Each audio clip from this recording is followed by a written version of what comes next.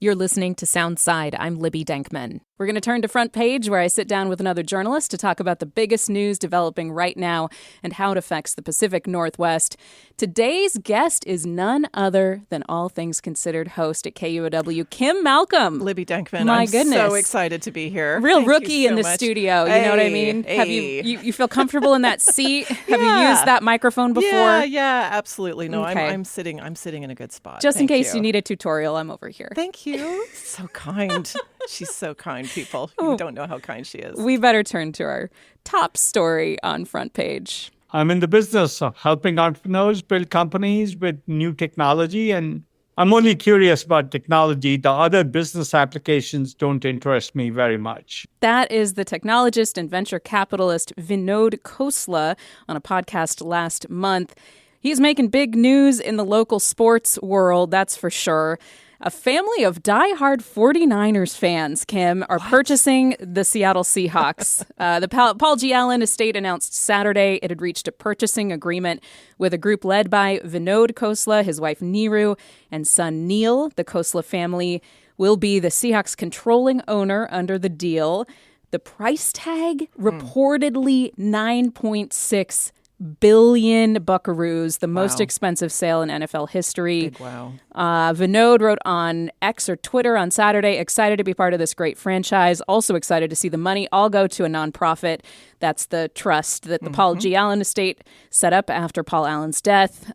Still subject to NFL owner approval. That's right. There's still a lot of steps to go through. It does seem, though, that that's going to be sort of a formality, and this appears to be a good deal and something that is going to be the fact of the matter. The new owners of the Seahawks moving forward. Initial thoughts? Oh, just first of all, I think the number is simply eye-popping, and it is a record. And Libby, do you remember there was a couple of months ago there was a story floated where someone, I think an unnamed person, was cited as saying, "Oh, you know what? It's 9 billion with a B. That's too much. It's probably more like 6 in the neighborhood of 6. Do you remember how did that work out? Well, yeah, exactly. You kind of wonder who was seeding that out there, and somebody trying to knock the price down. Somebody trying to maybe make a bid. Yeah, but $9.5 billion is simply staggering, and it just tells you of the value and the perceived value of the sports franchise. Oh, these things are great investments. So I did a little back of the napkin math. Obviously,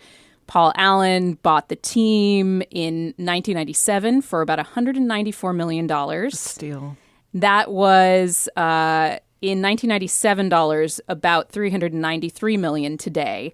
So if that investment, if we look at 30 years of $393 million to that $9.6 billion, it's a 24-fold increase.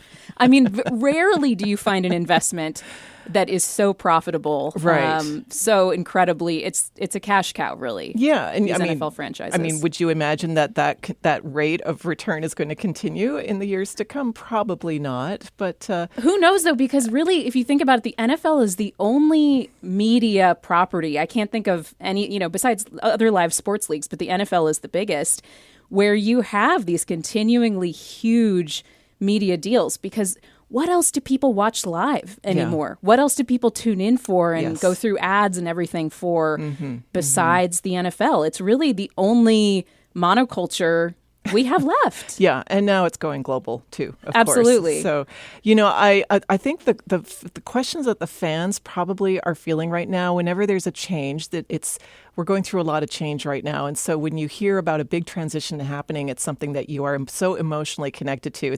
It's a little scary and concerning. And I would guess that fans right now are wondering, like, okay, who are these folks and are they going to move here? I have some answers, at least in part of that. I have the answers on who are these folks. Vinod Khosla is the founder of Sun Microsystems. You might have heard of it, one of the most successful software companies of all time. 1982 is when he founded that. Khosla Ventures is another one of his organizations, the Silicon Valley venture capital firm. Forbes reports he's got a net worth of $13.7 billion. Khosla Ventures invests in things like biomedicine and robotics, and Forbes says that it was one of the first, actually the first, according to Forbes venture firm, to invest in OpenAI.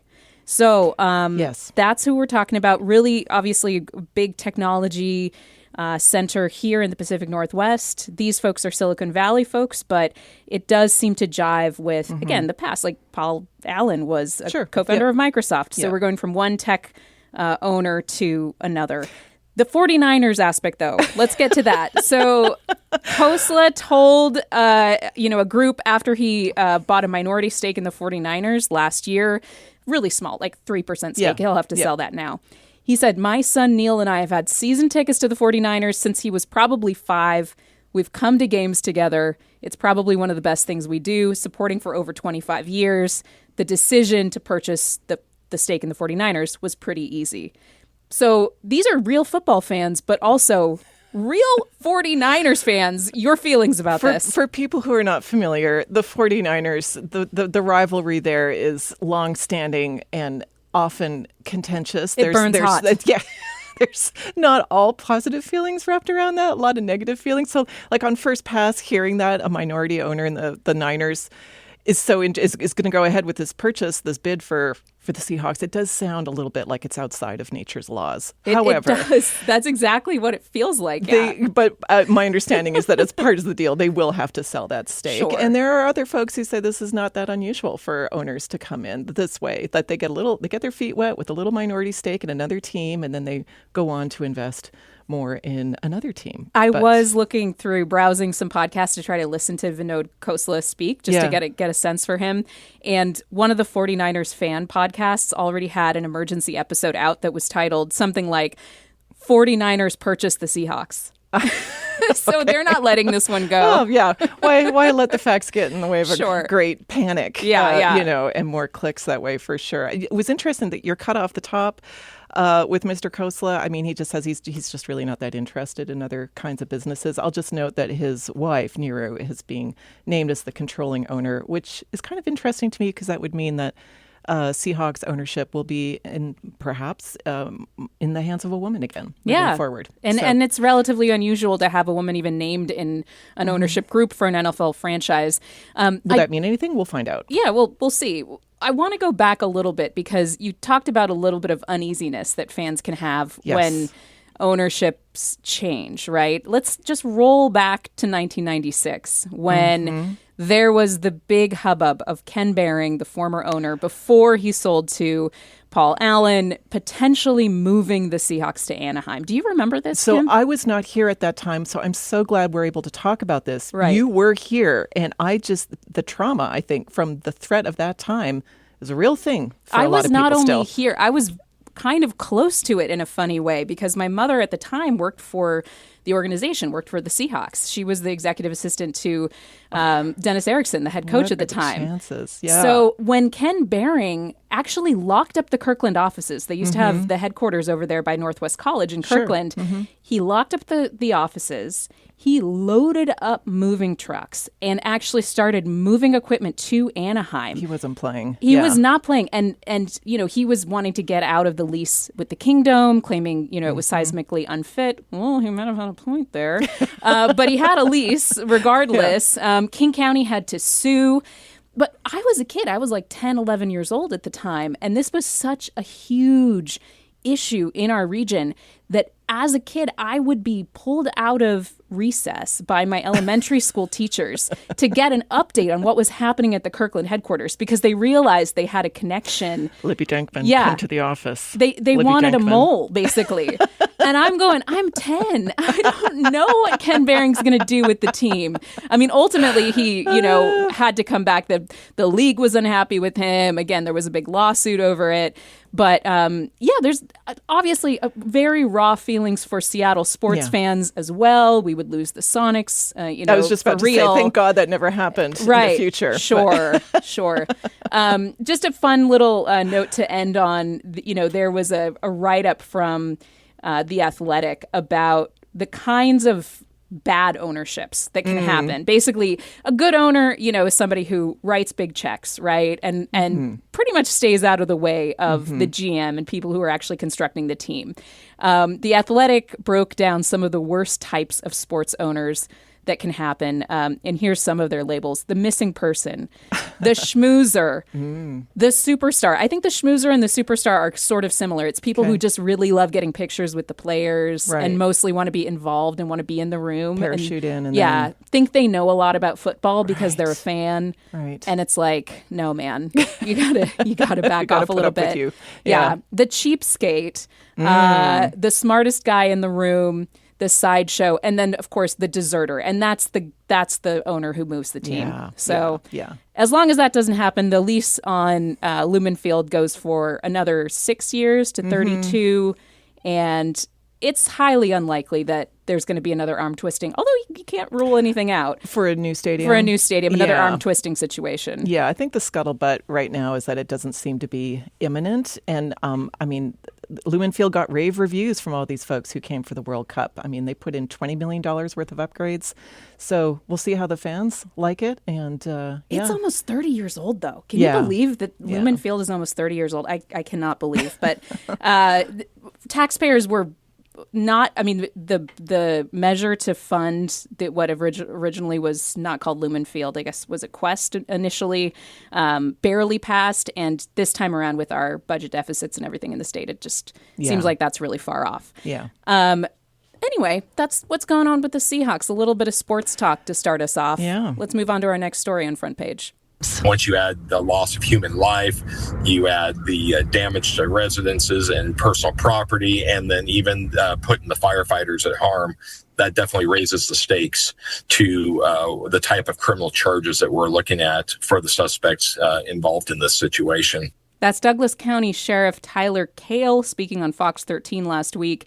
And he's talking about the Chelan Hills fire east of Chelan near the Columbia River that burned a total of nearly 10,000 acres and destroyed 19 homes. One person died in the fire, reportedly while trying to evacuate. Investigators say the fire was human-caused. That fire is now 100% contained, and residents are looking to pick up the pieces there. I do want to take a moment, though, Kim, to just check in, because we've already seen, again, a deadly fire season, a pretty active fire season so far in Washington state. Mind if I just go down like a roundup of some of the other fires? Yeah, people forget because they come into the headlines so quickly and then they drop out. Yeah, but for people affected, it's obviously there's nothing bigger. Yeah. We just heard, a newscast earlier about a smaller fire that was actually pretty near the Chelan Hills fire. That was the transfer fire that was put out by fire crews as of last night. No word on the cause of that fire, but evacuation orders had been downgraded by yesterday afternoon. Now, KXLY reports on another fire, the B&O fire, which started July 9th, southwest of Okanagan. That's burned almost 3,000 acres, and it's now at 63% containment as of Monday. That fire is also believed to be human-caused. Several buildings, including some homes, were destroyed there. Now, this is a really rough story. A volunteer firefighter lost his home while helping to battle the ryegrass coulee fire near Vantage last week. That one was pretty quickly, it flared up and then it was put out, but it did do damage while it was there, caused by a vehicle on Vantage Highway, reportedly, according to Fox 13. Benjamin Stockdale is the volunteer firefighter who lost his home while he had gone to go help other people, knock down this fire. His home was destroyed. His friends set up a GoFundMe. It's raised about $19,000 out of $30,000 so far. This is just a situation where we're having another year of drought, another year of pretty hot temperatures, dry vegetation, and looming over all this, potentially an El Nino, which could make things worse. I don't know, anything you've noticed, Kim, or anything you're watching as this fire season develops? Yeah, what's interesting to me, a couple things. We started with that cut from the Douglas County Sheriff and talking about this reward that they had put up. They are seeking information that will lead to the arrest and the conviction of someone who started this fire. And they're pretty sure, there was a board of commissioners speaking, saying that they were pretty sure it was started by someone who was setting off fireworks because it was around midnight or a little around that time, July 4th. Yeah. And then it moved so quickly. It's a crime scene because that road, the McNeil Canyon Road, is still closed down. That's where the 19 homes burned. A person someone who lived there died. Their car slid off the road as they were trying to get out of there. they are seeking information. I mean, that is a criminal investigation. Over in Vantage, that fire was sparked by someone who was driving on the Vantage highway there. And the difference in those two cases that struck me is that that person who was there as they were driving realized that they had actually played a role in the ignition of that fire. They got in touch with the authorities. Oh, wow. They reported it. They reported it, and then they were cooperating with the authorities. And I mean, I haven't heard about any criminal charges happening out of that. 90% of our wildfires are human caused, but I am interested in now this more of this focus of trying to get people to take individual responsibility when there's so much risk collectively that we're all facing. And depending on how quickly fire crews can get out there and actually get a containment before the winds pick up, before things just go, I mean, so quickly when it's dry and breezy out there. That's really fascinating. Just something to keep in mind that we do have, again, several more months of fire season in front of us, and friends and neighbors who are dealing with this are definitely not out of the woods yet. Moving on to story number 3 on Front Page. Caught on camera, a 65-year-old man is recovering after being tossed by a bison in Yellowstone National Park last week. The New York Times reports that man is from Whatcom County. Did you see this video? It was unbelievable. Kim? I was like, can this be real? And yes, I thought it was AI initially because it looks so crazy. Mm-hmm. So this story takes us to Yellowstone in Wyoming. That is where a Whatcom County man was vacationing with his family recently. On Friday evening, 65-year-old Carl McDaniel was walking in the Bridge Bay campground when he and one of his grandkids came across a large bull bison rolling in the dirt, seemed to be having the time of its life. They stayed back and they took out their phones to capture the scene. And that's when this white pickup truck drives between Carl, the grandkid, and the bison. And the bison seems to get mad at the truck. Getting agitated, yeah. And it starts to rush at the truck. But then when the truck leaves, it turns its attention, the bison, to Carl instead. And it starts chasing Carl around this copse of trees, around and around. You see them go in and out. It was incredible. Like in circles. Terrifying. And he doesn't stop. I mean, he keeps chasing Carl. He eventually catches up to him. This is a 65-year-old guy, and he's moving fast. But the bison catches up. And he rams Carl at least 8 feet in the air, and end over end, like Carl's legs go up over his head. It's like a cartweiling up in the air. It's wild. And, one of the reasons we know about this is because there was a wildlife photographer on site whom the New York Times interviewed, and they noted that bison can weigh up to 2,000 pounds. He's big. He was very big. Yeah, they can sprint 30 miles per hour, Kim. I mean, it's crazy. We believe at this point that Carl, he was talking, he was transported to a hospital, but he was awake. It seems like, we don't know the details of his injuries at this point or his condition, but it seems like he is going to survive this situation. Yeah. But, I mean, just an absolutely incredible image, and also seemed like something he didn't do anything wrong. Yeah, that's right. Just a quick add on there. I think there's some reporting out of the hospital that he was taken to that he's got broken bones, but he's expected to recover. Oh, I'm so glad to hear that. Carl, best wishes to you and your family. The grandson, too. Can you imagine watching that happen to your family member? Absolutely. So apparently you're supposed to stay 25 yards away from a bison. Yeah. But let's emphasize this bison was in the middle of the campground. I mean, people were walking all around. Yeah. The bison had, was there with people. And apparently at this time of year, the summertime, the mating season starts, testosterone spikes. Yeah. And I think that just the way we are humans when we watch these things, the way those stories are framed for us is like, okay, who's to blame for this? And so you often think, okay, Carl must have really annoyed that bison. What did that guy do? Was he getting too close? Was he behaving in a way that agitated? That is apparently by and large from the people who witnessed this and know something about this. That was not the case here. But a terrifying incident. Yeah, you just don't know when you're out in a wild space. You've just got to respect the space and the animals that live there. Okay, fourth story on Front Page, a really quick one. The Mariners have loaded the bases again for J.P. Crawford. Libby. Swung on, parachute, left field, falling fast. Simpson won't get there. It's a hit. Garver scores. Here comes Cole Young racing around third base. He scores. J.P. into second. A 2 RBI double for J.P. Crawford. I'm playing a highlight, Kim. We only have a minute here. Just really quick. Mariners beat the Tampa Bay Rays 8-2 yesterday, but it came at the end of a really painful road trip. Team is limping into the All-Star break. We're a game under 500. We're a game and a half behind the Rangers in the AL West, but I can't emphasize enough how badly the AL West sucks right now. This was supposed to be the year it all clicked, Kim, and you're the biggest Mariners fan I know in the building. No, so. I would not claim that. But well, you're up there. It's what happened? It feels very familiar, doesn't it? This is just a very Mariners kind of season, and I think it just reminds us that we can't take anything for granted. You can never close the door on a team. They could find their mojo again. Brendan Donovan could come back. I think a lot of people are waiting for him. Julio too with his exactly. I mean, concussion. just a series of really painful injuries that took out a bunch of key players, staggered over time. You just never know what's going to happen. So don't give up faith. I'm not giving up faith. For me, hope springs eternal, and his name is Cole Young at second base. Yes. And that's my bright spot. My bright spot, actually, never mind. I'll take that back. It's not Cole Young. It's Kim Malcolm. Thank you so much for doing this. Such a pleasure being with you. Thank you so much. And thanks to all your wonderful listeners. Oh, we love you so much, Kim. Thank you for being here for Front Page. That's it for Front Page today. Thanks for listening to Soundside. Don't forget you can listen live on KUOW 94.9 Seattle at noon and 8 p.m. Monday through Thursday, or anytime right here online at KUOW.org, or of course on your favorite podcast app.